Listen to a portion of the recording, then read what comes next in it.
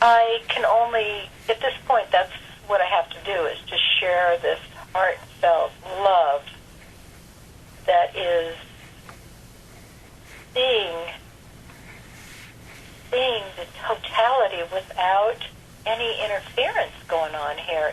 It's all myself.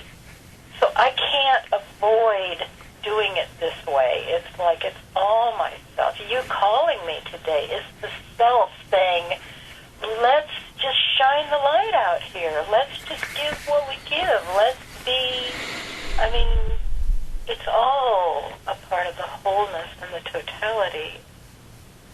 And in my life, in just my everyday living life, I've just seen so many beautiful things begin to, it's like it's blooming. It's like it's a tree blooming everywhere. And I'm just like, wow, this is living it. This is what it is. And you can't help but live it because it's the truth. It's not like I'm doing it. It's like, this is the truth. It is living me. It is living who I am. It is the very life I am. I can't do anything but this. And that's what's going on. And I don't know how to explain it or pull it apart, but that's why I have to keep kind of starting with, no, don't try to get rid of the ego. Why would you do that? You know, it's all a part of it. It's a beautiful part of it. I'm not so sure they're trying to get rid of the ego, Sandy. What I see in how should we say, there are various enlightened presentations of it, and there are some fairly unenlightened presentations of it. But they're getting the awareness, I guess, to look at the thoughts to the point that the awareness stops identifying as the mind, I guess. It's not getting rid of anything other than a false assumption, which is not getting rid of the actual thought or idea. The thought or idea is valid, and it's perfectly safe when you're aware of what you really are, the whole thing, to occupy every one of its apartments simultaneously. I can even get into the point where the fluidity of one moment we're operating from a Sandy image, and the next moment we're operating from the child, the next moment from an absolute premise. It's all one thing.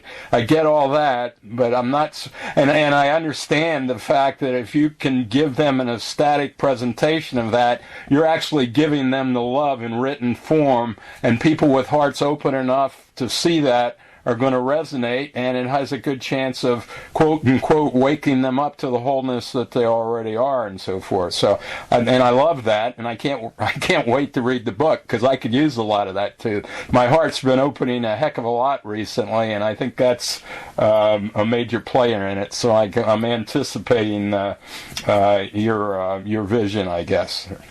Right. Yeah. And yes, you're right. It isn't that. Yes, I understand. It isn't about, not everybody is trying to get rid of the ego, but I do see a lot of people getting very... well, that's the ego's, well, quote unquote.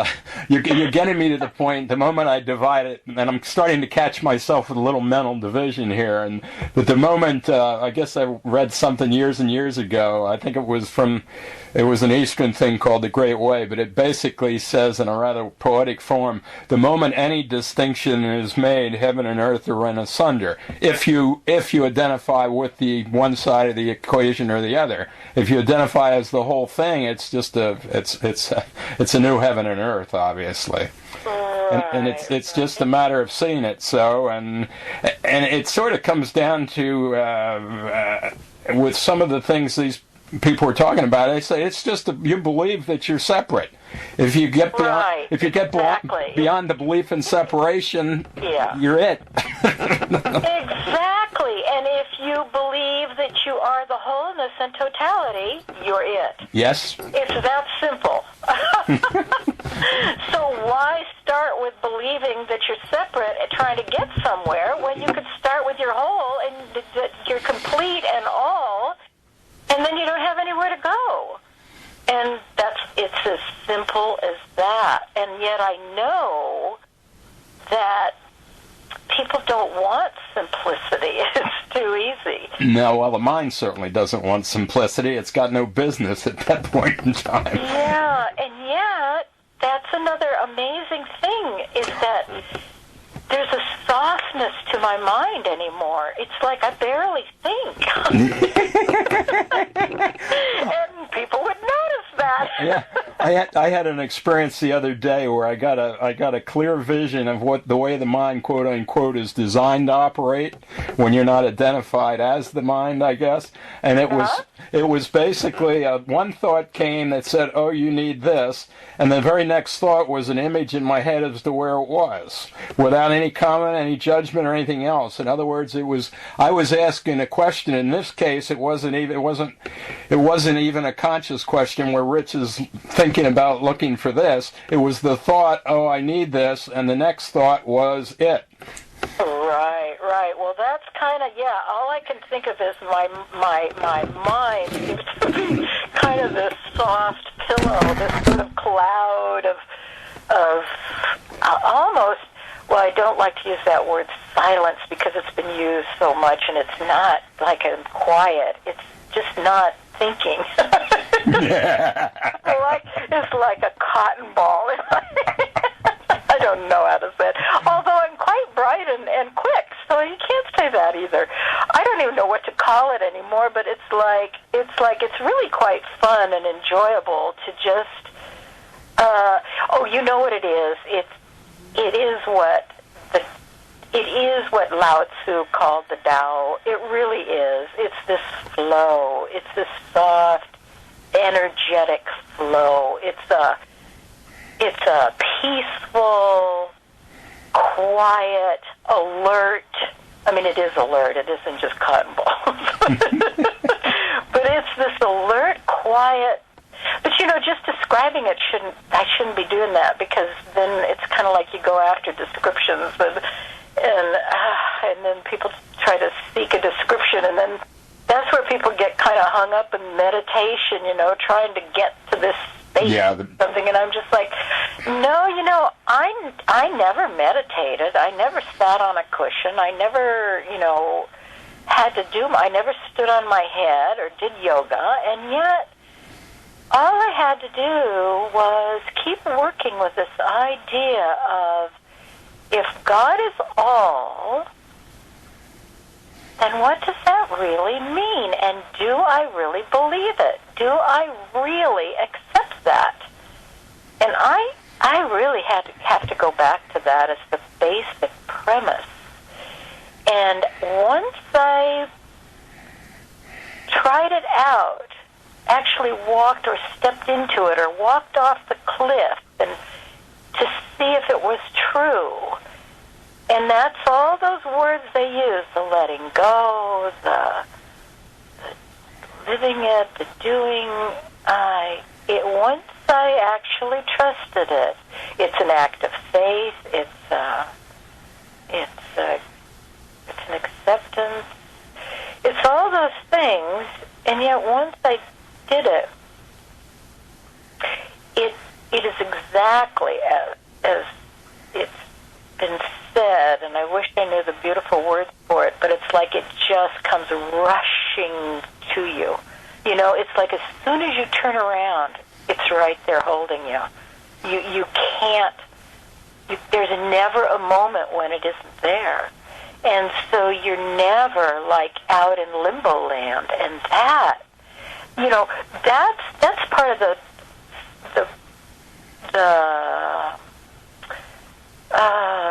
part of the message that I would love to help or share or bring, because I see so many at this point, with the study of, as Bill would call it, the subjective view, that there's only one, that there's only mind, that there's only awareness, presence, now, there's only now, speaking from, that Eckhart Tolle just, hit the mainstream like that, which was perfect timing, because the subjective view, even science was discovering there is only consciousness, not that they understand that it is total, complete, and all presence of God's being, but they do understand it's all consciousness. They're getting there. And so this subjective subjective idea was about to hit mainstream, and it did, and it did cause a lot of confusion. And I do see that it's people are sort of drifting around in some kind of limbo land, trying to figure out what this all means, and bringing a little bit of a little glimmer of it means that you're already there, to be able to say that, to be able to bring just a little more light to the situation. We're going to pull this thing back together. We really are. It's just everybody's going to bring his little piece to the puzzle, and we'll get it. We'll figure it out. That's what we're doing, and we're kind of right on the crux of the balance. Finding the balance between objective and subjective, and what's going on here, and it isn't about mind control. It isn't about mind. It isn't about the secret, like making things appear the way I want them to appear. But we get all hung up in all of that for a while, and then there's the freedom, and then finally we break through to this beautiful, incredible freedom where I don't have to manipulate life. I don't have to make it be what I want it to be. It's being so perfect in the way it flows. I don't need to, I'm not in the way anymore, actually, to even want to. Well, that's a key point, Sandy. Because I've been talking to a friend in Ocean City that sort of came up through the naming.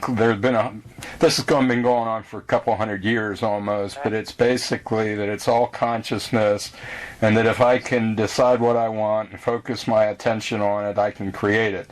But Lord help you if you can do that without having the wisdom to interface it with your environment. You have to think that one through rather quickly. But it does open up the possibility of actually identifying as the consciousness at some point in time, or recognizing that the only one that's aware here is the consciousness, and it's doing it through individual information nodes or people and so forth. But the long and the short of this thing is it's really, what are you identified as? Who are you? It's all about identity. Exactly. That's it. It's all about identity and what you identify as. And that's exactly it. And when you identify as something separate from life, it's a struggle. And when you identify as life itself, you flow down the river, and there's nothing to worry about. I mean, nothing to worry about. It's like you can even, at this point, if my river flows out into off to a waterfall, or through the rocks, or through the rapids, it's fine. It's just fine. This is a wild, beautiful ride, and I'm fine, because the river isn't ever going to be anything. It isn't going to get hurt. The river doesn't get hurt. The self I am. The self I am is forever immutable and beyond and untouched and